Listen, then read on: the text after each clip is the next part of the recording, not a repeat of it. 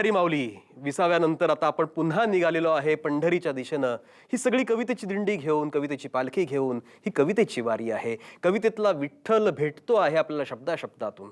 आणि आता हाच विठ्ठल कोणत्या स्वरूपामध्ये आपल्याला दाखवणार आहे आमचा तुकाराम धांडे. तुकाराम, निसर्ग आणि पर्यावरणालाच आता विठ्ठल मानून त्याचीच पूजा करण्याची वेळ आलेली आहे असं मला वाटतं. कारण निसर्गाकडे किती दुर्लक्ष झाले आपलं ते या कवितेतून सांगतो. कवितेचे नाव भूगोल. 10,000 एकर जमीन, तिथलं माळ मैदान, डोंगर, टेकडी, ओढा आणि त्यांच्यावर खेळणारी मोकळी हवा आणि आतलं पाणी, या सगळ्यांसहित ती जमीन एक माणसानं विकत घेतली. आता तिथं सिमेंटच्या भक्कम कंपाऊंडचं बांधकाम चालू आहे. आणि तिथं लिहून ठेवले की त्या अगोदर तिथल्या स्थलांतर करू शकणाऱ्या सगळ्यांनी बाहेर पडायचं. बाकीच्यांना तोडून कापून मुळासहित उचकटून बाहेर फेकलं जाईल. त्या टेकडीचे राय तुकडे करून ओढ्यात गाडले जातील. त्या झुळझुळणाऱ्या झऱ्याच्या तोंडी सिमेंटचे तोबरे देऊन त्याची वळवळ कायमची बंद केली जाईल. काही जाणकार दगडांना कंपाऊंडच्या भिंतीत चिनून ठार मारलं जाईल. आणि शेवटी काळ्या आईच्या माथ्यावरून बुलडोजर फिरवून बळीराजाला पुन्हा एकदा पाताळी धाडलं जाईल. कंपाऊंडच्या आत सारी जमीन सिमेंटची होईल. कवितेचा पुढचा भाग आहे. अरे पण एक माणूस पैसे देऊन असा अर्धा अधिक भूगोल एकात कसा काय घेऊ शकतोय? नाही म्हणजे असं कंच्या शास्त्रात लिहिलंय. असं करा, सगळ्या शास्त्रांनी एकत्र जमा. अर्थशास्त्र, राज्यशास्त्र, इतिहास, हे सगळे प्रकारची धर्मशास्त्र, सगळ्या प्रकारची सामाजिक शास्त्र, त्याचप्रमाणे हे IT, बायटी, पॉलिटेक्निकी, फार्मसी वगैरे या मॉडर्न पुरींना बोलवून घ्या. सगळ्यांनी शांत डोक्यानं नीट बारीक दूरवरचा विचार करा आणि एवढा भूगोल सांभाळा. एवढा भूगोल सांभाळा दादा हो. नाही ते सत्तेचे मनोरे ढासळू द्या, निर्देशांक कोसळू द्या, शेअर बाजार गडगडू द्या, कुणाकडे पैसा जास्त झाला असेल तर तोही सडू द्या, पण एवढ्या भूगोलाचं रक्षण करा. अरे हे बाकीची सगळी शास्त्र माणसानं या मातीवर पाय ठेवूनच माणसासाठी तयार केलीत. ती बिघडली तर सुधरवता येतील, दुसरी 100 शोधून काढता येतील, पण निसर्गानं सजीवांसाठी बनवलेला हा भूगोल जर बिघडला ना दादा हो, तर इथं माणूसच शिल्लक राहायचा तुकाराम. हा सगळा जो भूगोल आहे हा भूगोल समजून घ्यायला पाहिजे अशी अपेक्षा तुकाराम व्यक्त करतो आहे. आणि ह्या भूगोलामध्ये कुठे ना कुठे विठ्ठल आहे हे जर आपल्याला समजलं, त्याचा जर शोध आपण घेतला, तर आपला भूगोल कधी बिघडणार नाही आणि आपला माणूस कधी मरणार नाही. हाच सगळा संदर्भ जो आहे तो वेगळ्या पद्धतीने वेगवेगळ्या कवितांमध्ये आलेला आहे. पण जो भूगोलाचा संदर्भ आणि तुकारामच्या कवितेमध्ये वेगवेगळ्या भाषांचा, वेगवेगळ्या शास्त्रांचा संदर्भ आला, मला एक थोडी विंदा करंदीकरांची कविता आठवली. शाळा नावाची त्यांची जी विठ्ठलाच्या संदर्भातली कविता आहे. विंदा करंदीकर कसं लिहितात पहा. पंढरपूरच्या वेशी बाहेर एक आहे छोटी शाळा. पंढरपूरच्या वेशी बाहेर एक आहे छोटी शाळा, सर्व मुले आहेत गोरी, एकच मुलगा कुट्ट काळा. सर्व मुले आहेत गोरी, एकच मुलगा कुट्ट काळा, दंगा करतो मस्ती करतो, दंगा करतो मस्ती करतो, खोड्या काढण्यात आहे अट्टल. दंगा करतो मस्ती करतो, खोड्या काढण्यात आहे अट्टल. मास्तर म्हणतात करणार काय, मास्तर म्हणतात करणार काय, न जाणो असेल विठ्ठल, न जाणो असे विठ्ठल. तर अशी सगळी गंमत जम्मत खरंच कवितेमधनं सुद्धा केलेली आहे. आता मी मृणालिनी कानिटकरांना विनंती करणार आहे, पेशानं शिक्षिका आहेत, जसं आता शाळेचा संदर्भ आला म्हणून त्यांना मी विनंती करणार आहे की त्यांनी एक कविता आपण पेश करावी. मी टाहो ही कविता सादर करते. हा टाहो आहे गर्भामधल्या जन्म न घेऊ शकलेल्या सगळ्या मुलींचा. लेक घराचे वैभव, लेक वंशाची दिवली, लेक घराचे वैभव, लेक वंशाची दिवली, लेक आपुल्या कष्टाने दोन्ही कुलांना उजळी. तिचे कोवळेसे हात मातीमध्ये राबतात. तिचे हात विश्वव्यापी अंतरिक्ष स्पर्शतात. तरी तिचे जन्म घेणे कसे कोणा वाटे पाप.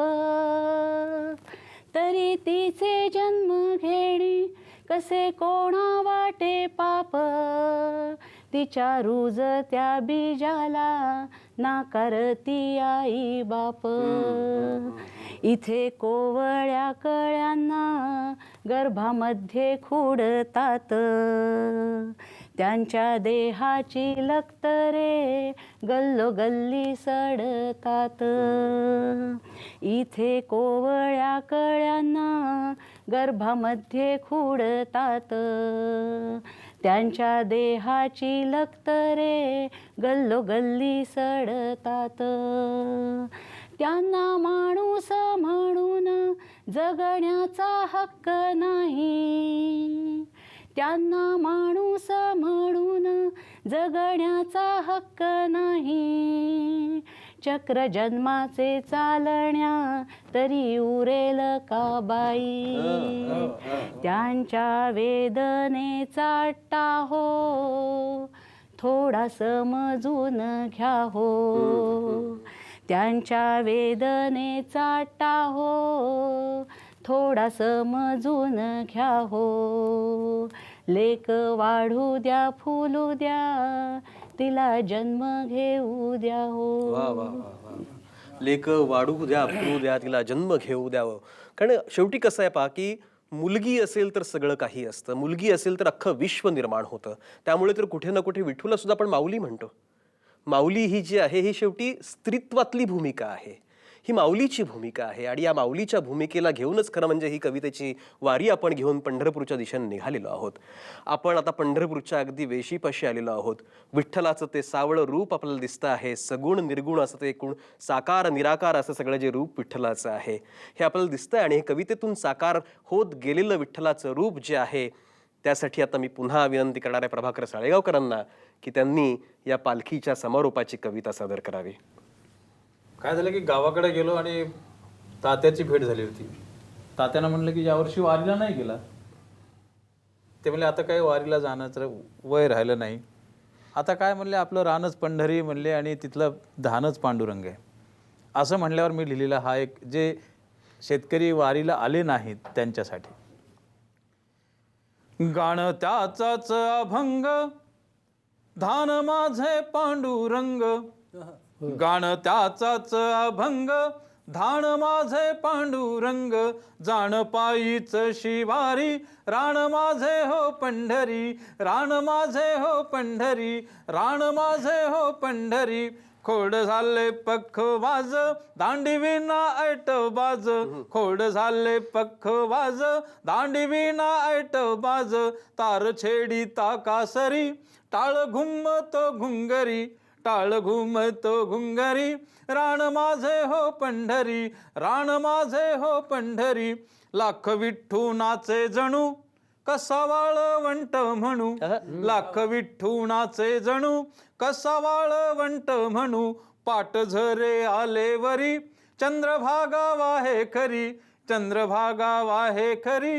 राण माझे हो पंढरी. राण माझे हो पंढरी. दिले पाणी दिला खत तेच घ्यावे पंचामृत. माझ्या देवाचा नैवेद्य आहे. वा वा वा वा वा. दिले पाणी दिला खत तेच घ्यावे पंचामृत. रोटी सोडी ता दुपारी तीच निवदाची पुरी. तीच निवदाची पुरी. राण माझे हो पंढरी. भरे जत्रा खरी पाची तीच वारी आषाढीची. भरे जत्रा खरी पाची तीच वारी आषाढीची. रब्बी कार्तिकाची वारी तवा मिळते भाकरी. तवा मिळते भाकरी. राण माझे हो पंढरी. राण माझे हो पंढरी. राण माझे हो पंढरी. वा वा वा वा. ही सगळी रान माझे हो पंढरी ज्यांना खरं म्हणजे प्रत्यक्ष वारीला जाता आलं नाही अशा सगळ्या घर बसल्या वारकऱ्यांसाठी आम्ही ही शब्दांची जी पालखी आहे, ही कवितेची जी पालखी आहे, ही ती तुमच्यापर्यंत घेऊन आलेलो आहोत. हा सगळा परब्रह्म, हा सगळा शब्दब्रह्म आमच्या कवितेमध्ये आम्ही मांडण्याचा प्रयत्न जो केला, या सगळ्या कवींच्या वतीनं जे पसायदान आहे ते पसायदान मागतो आणि आपली रजा घेतो की माझ्या कवितेने गावी माझ्या गावाचीच गाणी, शब्दातून या झरावे चंद्रभागेचे ते पाणी, माझ्या शब्दांना लाभावा हरी कीर्तनाचा संग, माझ्या शब्दांना लाभावा हरी कीर्तनाचा संग, शब्द होता पुंडलिक सखा भेटे पांडुरंग, टाळ मृदुंग ऐकता देहभान हर पावे, टाळ मृदुंग ऐकता देहभान हर पावे, तसे माझ्या कवितेने वेड जीवास लावावे, साऱ्या अर्थ नि शब्दांचे त्यात अद्वैत साधावे, साऱ्या अर्थ नि शब्दांचे त्यात अद्वैत साधावे, माझ्या कवितेला भाग्य असे अनोखे लाभावे, माझ्या कवितेला भाग्य असे अनोखे लाभावे. तर हे कवितेनं दिलेलं दान आहे, हे कवितेचं देणं आहे आणि हे कवितेसाठी मागितलेलं पसायदान आहे. आणि या शब्दांच्या वारकऱ्यांचे मी मनापासून आभार मानतो की तुम्ही हे सगळे वारकरी शब्दांचे पूजक हे या वारीमध्ये, वारी कवितेची मध्ये सहभागी झाला. तुम्हा सर्व श्रोत्यांचे, प्रेक्षकांचे सुद्धा आभार मानतो. पुन्हा भेटूया पुढच्या वारीमध्ये. ही वारी अशीच अभंग राहावी या सद्भावनेसह तुमचा निरोप घेतो माऊली. नमस्कार. विठोबा रखुमाई जय जय विठोबा रखुमाई, विठोबा रखुमाई जय जय विठोबा रखुमाई, विठोबा रखुमाई जय जय विठोबा रखुमाई, विठोबा रखुमाई जय जय विठोबा रखुमाई, पुंडलिक वरदा हरी विठ्ठल श्री ज्ञानदेव तुकाराम पंढरीनाथ महाराज की जय.